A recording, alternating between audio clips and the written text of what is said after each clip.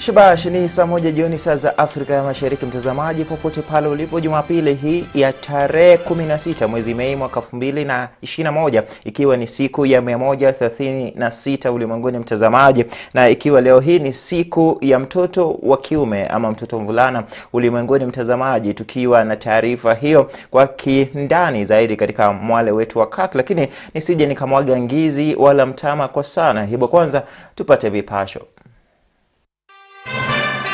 To me, I think what has happened at the moment is just a temporary bump that we have hit. We'll dust ourselves and we'll move. Tunaona hiyo judgment kama iko na motivation nyingine. Beyond the law. Hisia mseto kuhusu uamuzi wa mahakama kuzima BBI zaendelea, mwanasheria mkuu akikata rufaa. Ulimwengu waadhimisha siku ya mtoto mvulana, kauli mbiu ikiwa kumwezesha mtoto mvulana kubadili ulimwengu. Hamas is committing a double war crime. They're targeting our civilians and hiding behind Palestinian civilians. Na tutaendelea kushambulia Gaza. Netanyahu asema watu karibia 200 wakifariki kufuatia mashambulizi.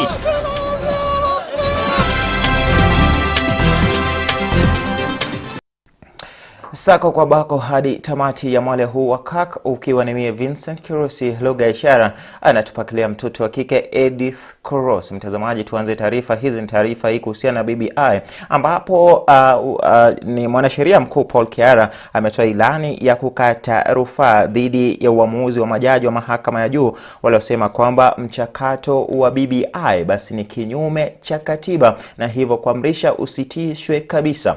Katika ilani ya rufaa hiyo, Kihara amesema kwamba hakuridhishwa na uamuzi huo na kuongeza kuwa uamuzi huo utakuwa na athari kwa wahusika wa mchakato huo, huku waliopinga wakikosa kuathiriwa moja kwa moja, jambo ambalo halitakuwa na usawa wowote. Aidha, Kihara ametaja kuwa uamuzi huo utakuwa na athari kwa wananchi wa taifa la Kenya na hivyo kukata rufaa na kusema kwamba uamuzi huo usitekelezwe hadi pale ambapo rufaa hiyo imesikilizwa na kuamuliwa vilivyo.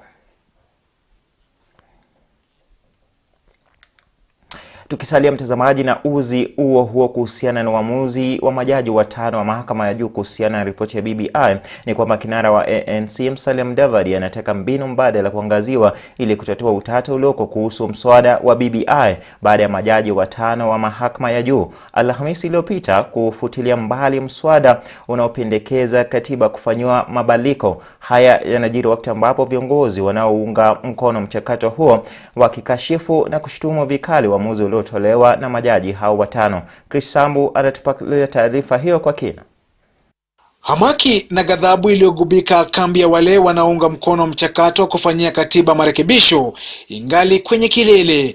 Viongozi wa ndani wa Rais Uhuru Kenyatta na kinara wa ODM Raila Odinga wakizidi kuelezea kutoridhika kwao na uamuzi wa mahakama kufutilia mbali mswada wa BBI. Katika kikao nyumbani kwake mbunge wa Kieni Kanini Kega kwenye kaunti ya Nyeri, viongozi hao wakichukua jukwaa kwenye hafla ya sherehe na kuelekezea kidole cha lawama majaji watano wa mahakama ya juu kwa maamuzi waliotoa. The intention of that judgment is to stop the people of Kenya from expressing themselves on the proposed amendment in the constitution. So who is upholding the sovereignty of the people? Is it those who are proposing a constitutional amendment through a referendum, or those who are trying to stop it midway before the people express themselves? The power belongs to the people of this nation. I wish they gave the people a chance, more than 45 million Kenyans, to make the decision instead of 5 gentlemen and a lady deciding for us. And we pray that by Monday, as the process of appeal might be started, that we'll have a solution. When you are on safari and you hit a bump, it does not mean that that is the head of the safari. To me, I think what has happened at the moment is just a temporary bump that we have hit. We'll dust ourselves and we'll move. Tunaona hiyo judgment kama iko na motivation nyingine. Beyond the law. If you read it, you listen to what they were saying, it's like they were picking ones from somebody. Isn't it? It is as if the judgment was written somewhere. huku wengi wa viongozi wakiwa tayari wamepigia debe rufaa inayotarajiwa kukatwa juma lijalo angalau kubadili uamuzi wa Alhamisi na kutoa vikwazo vya BBI. Kiongozi wa chama cha ANC Musalia Mudavadi anataka mbinu mbadala kuangaziwa katika kuwafikia makubaliano. When the court process starts, you don't know how long it might take. So should we be hamstrung? Should we be hamstrung and just wait for one process? Or can we start talking as parliamentarians? And I could see the way you voted, both in the National Assembly and in the Senate.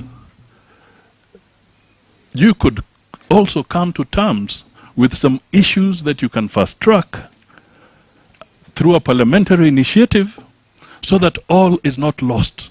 Mudavadi akionya dhidi ya kukata rufaa ya haraka na badala yake kutumia mabunge ya kitaifa katika kuondoa dosari zilizotumika kama misingi na mahakama ya juu kufutilia mbali mswada wa BBI kufanyia katiba marekebisho. The process in court will have its own life. When the appeal is made, it has its own life. We don't know whether they'll finish within 1 month, whether they'll finish within 2 months, whether the appeal will end at the appeals court or somebody will want to push it further. Huku baadhi ya viongozi wakiwa tayari kujumuika katika kukata rufaa kwenye mahakama ya rufaa, tayari uamuzi uliotolewa na mahakama unaweka kizungumkuti kwa mchakato wa BBI kuelekea kwenye kura ya maoni, huku waasisi wa BBI wakishikilia kuwa lazima kuwepo marekebisho ya katiba. Chris Sambu, Mwale wa Kirk, Wikendi.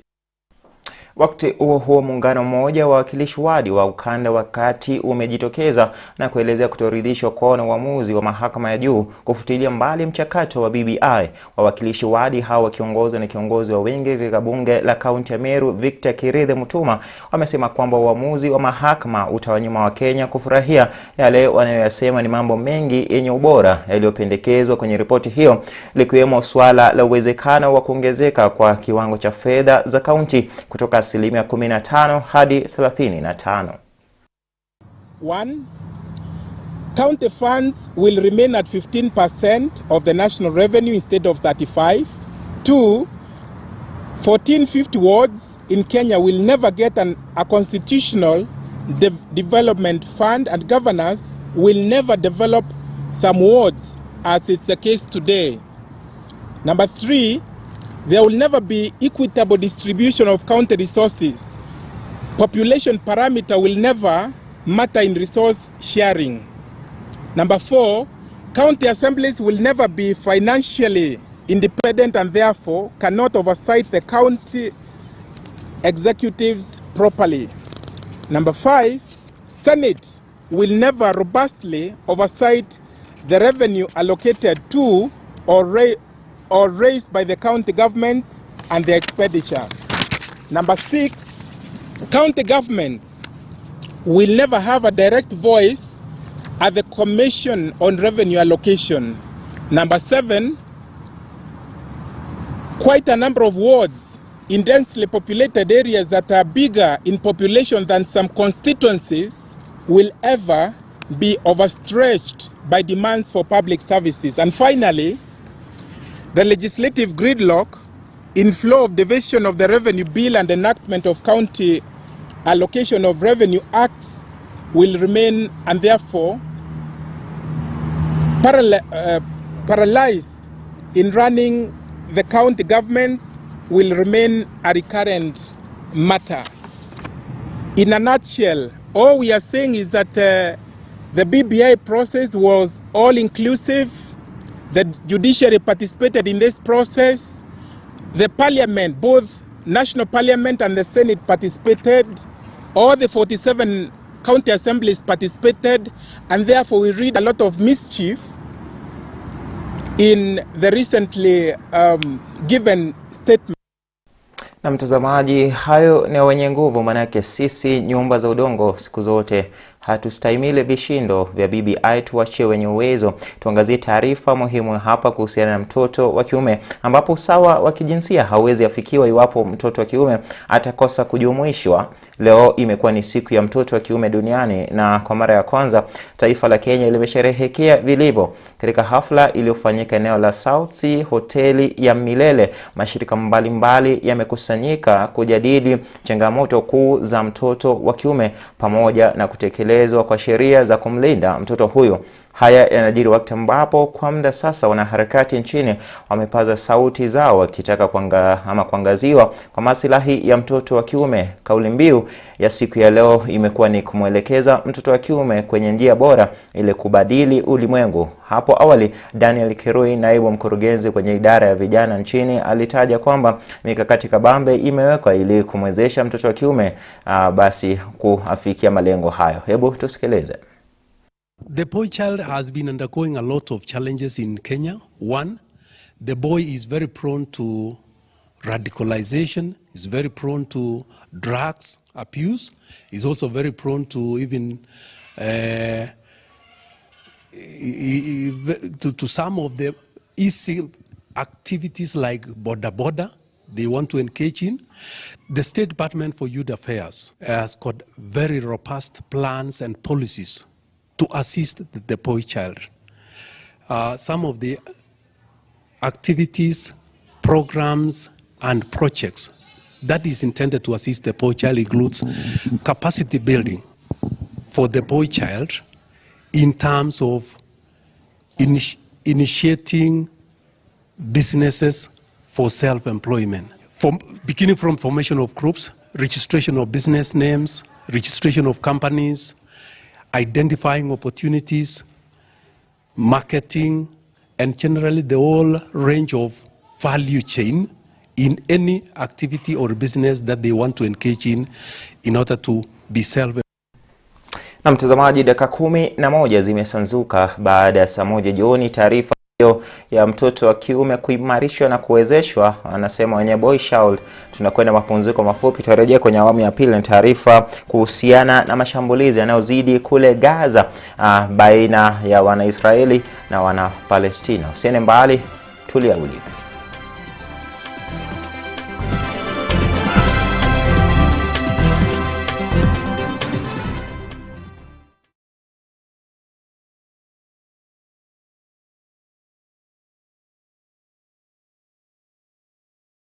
Health Nuggets features real people. I'm a survivor of stroke. I was totally incapacitated. Sasa kama hiyo nyumba yangu naona niliuza. Juu ya huyo mtoto tu nimpeleke Mathare. Lazima ujikakamue uone nani anaweza kukusaidia, umwambie ukweli yako. Highlighting real issues on your health and well-being. Especially for people who are pregnant, I'd advise them to keep off from that, farm-bred fish from China. Creates awareness on health matters affecting you. We sometimes treat our cars better than we treat ourselves, right? Because every couple of miles you send it to the garage, right? You don't wait for it to break down. But with our bodies, you wait for the car to break down, as it were, then you say, okay, let me go to the hospital. While good health is not something that you can buy, but be rest assured that health is wealth. Don't miss Health Nuggets every Monday at 7:30 p.m. here on Kirk TV. Your health matters.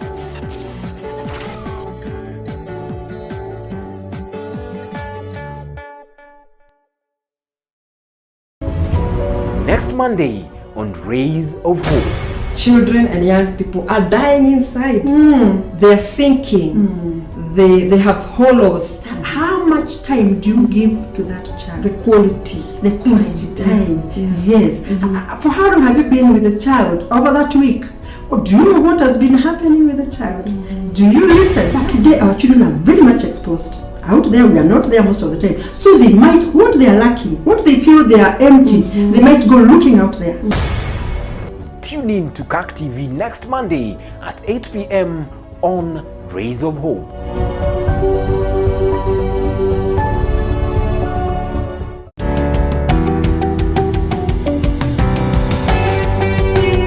The great people on earth today are the people who pray. not those who talk about prayer or those who explain about prayer, but those who take time and pray. God answers prayers. Why? Because He hears. His ear is not deaf, so He hears our prayers. Men and women who go before God, we should be men and women of godly standards. Sure. So we abide, so that we keep tapping from the source. But as we pray, it is important to tell God that your will be done in this prayer that I'm praying, or about this prayer item that I'm praying about. Not as I will, yes, this is my will, but let your will be done. In these changing times and seasons of uncertainty, who do you look up to? God keeps His part. Calm rain, calm sunshine. God is still committed. From one generation to another, and it's not like shifting shadows that He will change. But join Reverend Elizabeth Kimani and Henry Kyra every Wednesday from 8 to 9 p.m. live on Kirk TV for Call Unto Me. 2021, He's still the same God, and He has not changed.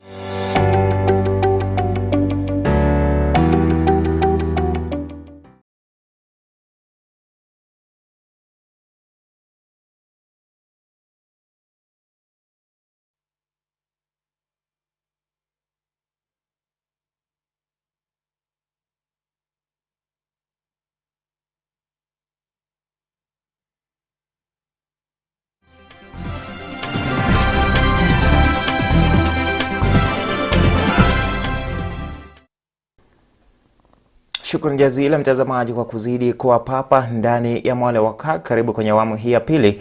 Na waziri mkuu wa Israeli Benjamin Netanyahu ameapa kuendeleza mashambulizi katika ukanda wa Gaza. Haya yanajiri wakati ambapo watu 33 zaidi wamefariki mapema Jumapili ya leo kufuatia mashambulizi ya angani kutoka kwa vikosi vya Israeli yanayolenga eneo la Gaza. Mapema asubuhi ya siku ya Jumapili, majeshi ya taifa la Israeli yameshambulia makazi ya kiongozi wa kundi la wapiganaji wa Hamas, Yahya al-Sinwar. Ni shambulizi ambalo kulingana na taarifa limesababisha vifo vya watu 33 na kufikisha 181 idadi ya watu ambao wamefariki katika ukanda wa Gaza kufuatia mapigano hayo ambayo yameingia siku yake ya 7 hii leo. You know and I know. Waziri mkuu wa Israeli Benjamin Netanyahu hata hivyo ameapa kwamba majeshi ya taifa lake yatazidisha mashambulizi dhidi ya wapiganaji wa kundi la Hamas hadi pale ambapo atahisi kwamba wananchi wa Israeli wapo salama. Defeating Hamas does not only serve Israel's interest, it serves the interest of all those who seek peace, stability, security in the Middle East. I want to thank Israel's many friends in the international community who have strongly backed Israel's action in defending ourselves. I want to thank the President of the United States, Joe Biden, and I want to thank the many countries, including European countries, that flew the Israeli flag in solidarity on their government buildings. Haya yanajiri wakati ambapo Baraza la Usalama Umoja wa Mataifa linatarajiwa kufanya mkutano baadaye Jumapili ya leo ili kutafuta suluhu kuhusu uhasama baina ya mataifa ya Israeli na Palestina. Hapo jana Rais wa Marekani Joe Biden alipigia simu Netanyahu na mwenzake Mohamed Abbas wa Palestina na kuelezea kusikitishwa kwake kuhusu mashambulizi yanayoendelezwa na mataifa hayo mawili. Takwimu za Israeli zinaonyesha kwamba raia wake 10 wakiwemo watoto 2 wameaga dunia kufikia sasa kufuatia mashambulizi hayo. Na yanayojiri katika ukanda wa Gaza hajaathiri tu wa Israeli na wa Palestina bali hata kwingineko duniani. Hapa nchini makanisa mjini Eldoret sasa yamesema ni wakati wa kuungana, si tu kwa maombi kwa taifa hilo la Mungu bali hata kutoa msaada utakaowasilishwa katika ubalozi wa Israeli jijini Nairobi.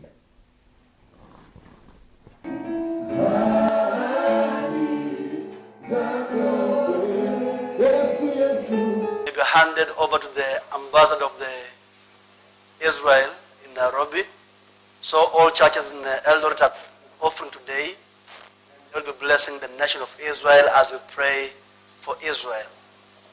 Who pray for the peace of Jerusalem prosper. That's what we want to do. Therefore,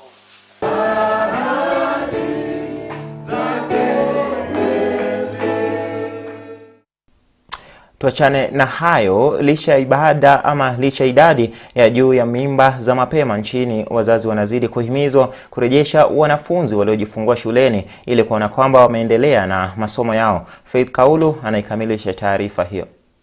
Mbunge wa eneo bunge la Njoro, Charity Kadhambi, amewahimiza wazazi wa wanafunzi wa kike walio na ujauzito au kujifungua kuwarejesha watoto wao shuleni licha ya hali hiyo. Na pia nitawaomba wazazi wetu, hata wale watoto wetu wameshikwa na mimba, tunawaomba muende mkawape upendo, wakamalize mkondo ya kuzaa, na pia ninawaomba tuwaregeshe shule.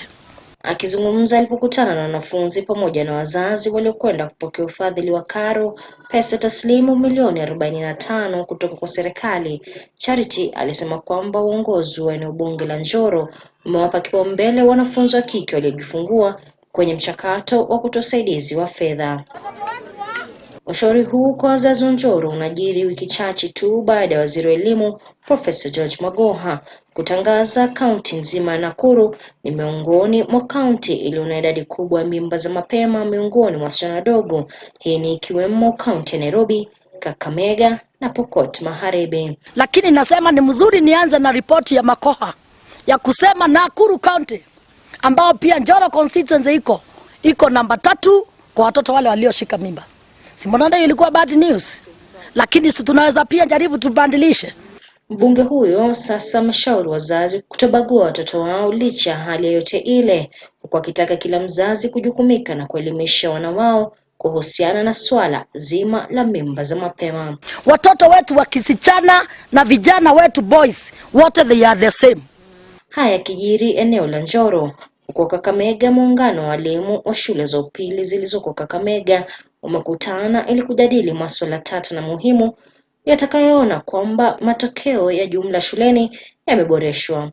Na masuala kadha wa kadha ambayo tumekuwa tukijadiliana, ambayo yanahusu usimamizi wa shule, kuhusu masuala ya kifedha, kuhusu masuala ya michezo activities, alafu kuna vipengele vingine kadha wa kadha ambayo pia tumevipitia jinsi ambavyo tutaboresha matokeo yetu katika kaunti ya Kakamega. Wakiongozwa na mwenyekiti wao Michael Ochieng, walimu hao vilevile walijadiliana kuhusu jinsi ya kutekeleza mfumo mpya wa CBC na silabasi ya mwaka huu ili kukamilisha masomo yote kabla ya mtihani wa kitaifa mwaka ujao. Tutapigia msasa masuala kuhusu mtaala au curriculum yetu, tuweze kuona jinsi ambavyo walimu wanaweza kujiandaa kwa mtaala mpya ambao unataka kuanzishwa. Tukitarajia kwamba tutakuja kuwapokea wanafunzi. For the schools that we have just opened, we are asking that the teachers work around the clock. And you know, it's between July and the end of year that they should be able to complete successfully their syllabus. Licha ya kaunti ya Kakamega kuandikisha matokeo mema kwenye mtihani wa KCSE, muungano huo sasa unaiomba serikali kuwapa msaada katika kukumbana na changamoto mbalimbali zilizoletwa na kuwepo kwa corona nchini. Nikiripotia runinga KAK, jina langu ni Faith. Na hali ya simanzi imetanda kwenye kijiji cha Kanan, wadi ya Kanamkemer, mjini Lodwar baada ya watoto watatu kuzama kwenye kidimbwi cha maji na kuaga dunia walipokuwa wakiogelea. Taarifa hiyo inakamilishwa na Chris Sambu. Imekuwa ni siku ya simanzi kwa wakazi wa Kanan, wadi ya Kanamkemer, baada ya watoto watatu kuzama kwenye kidimbwi cha maji na kuaga dunia walipokuwa wakiogelea.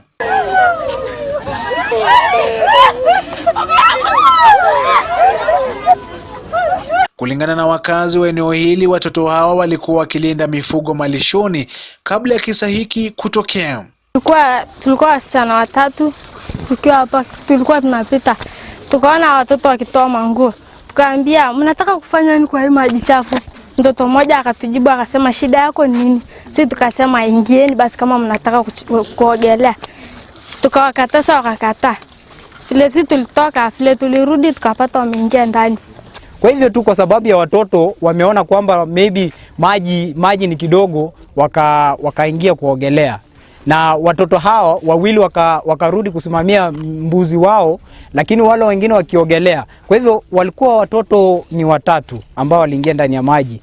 Mmoja ako na takriban miaka 11, mwingine ni wa miaka 8, alafu kisha mwingine ni wa miaka 6. Kwa hivyo yule ambaye aliokolewa kwa haraka lakini haikufua dafu kwa sababu ya kuokolewa ni yule mkubwa wa miaka 10 ambaye inasemekana kwamba yeye ndiye alikuwa anataka kwenda kuokoa wawili. Wakazi hawa wanasema maji haya hutumika kunyweshea mifugo na kujengea nyumba, jambo ambalo wanaomba serikali ya kaunti ya Turkana kuweka uzio ili kuepuka visa vya mara kwa mara eneo hili, watu kutumbukia ndani ya maji na kisha kuaga.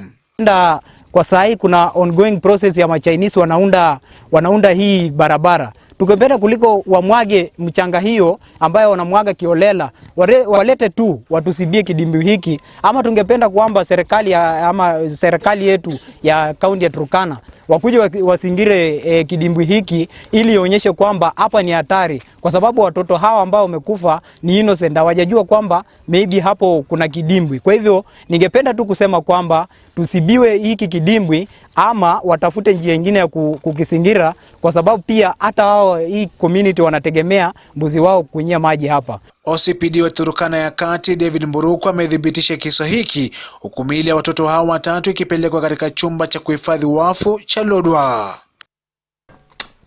Taarifa hii ya Chris Sambu ya majonzi inatukamilishia Mwale wa Kirk jioni hii ya leo mtazamaji, lakini nikufahamishe tu matokeo ya mechi ambazo zimesakatwa mchana wa leo katika ligi kuu nchini Uingereza. Tottenham Hotspur wameipika Wolverhampton mabao 2-0, huku West Brom na Liverpool sasa hivi mechi ipo kwenye mapumziko. West Brom bao 1, Liverpool bao 1. Hapo awali Crystal Palace ilipika Aston Villa kwa mabao 3-2. Chelsea bila shaka walipigwa jana na timu ya Leicester na kupoteza kombe la FA. Je, watawaweza tena Leicester siku ya Jumatano? Swali ambalo watalijibu wenyewe. Mie Vincent Kerosi nimefunga kazi ya Mwale wa Kirk. Tuonane Jumatatu hapo kesho Mwale akiridhia. Nimekuwa na mwenzangu Edith Kerosi upande wa lugha ya ishara. Usiku mwanana, usiku mtulivu, usiku na bugdhi zambu.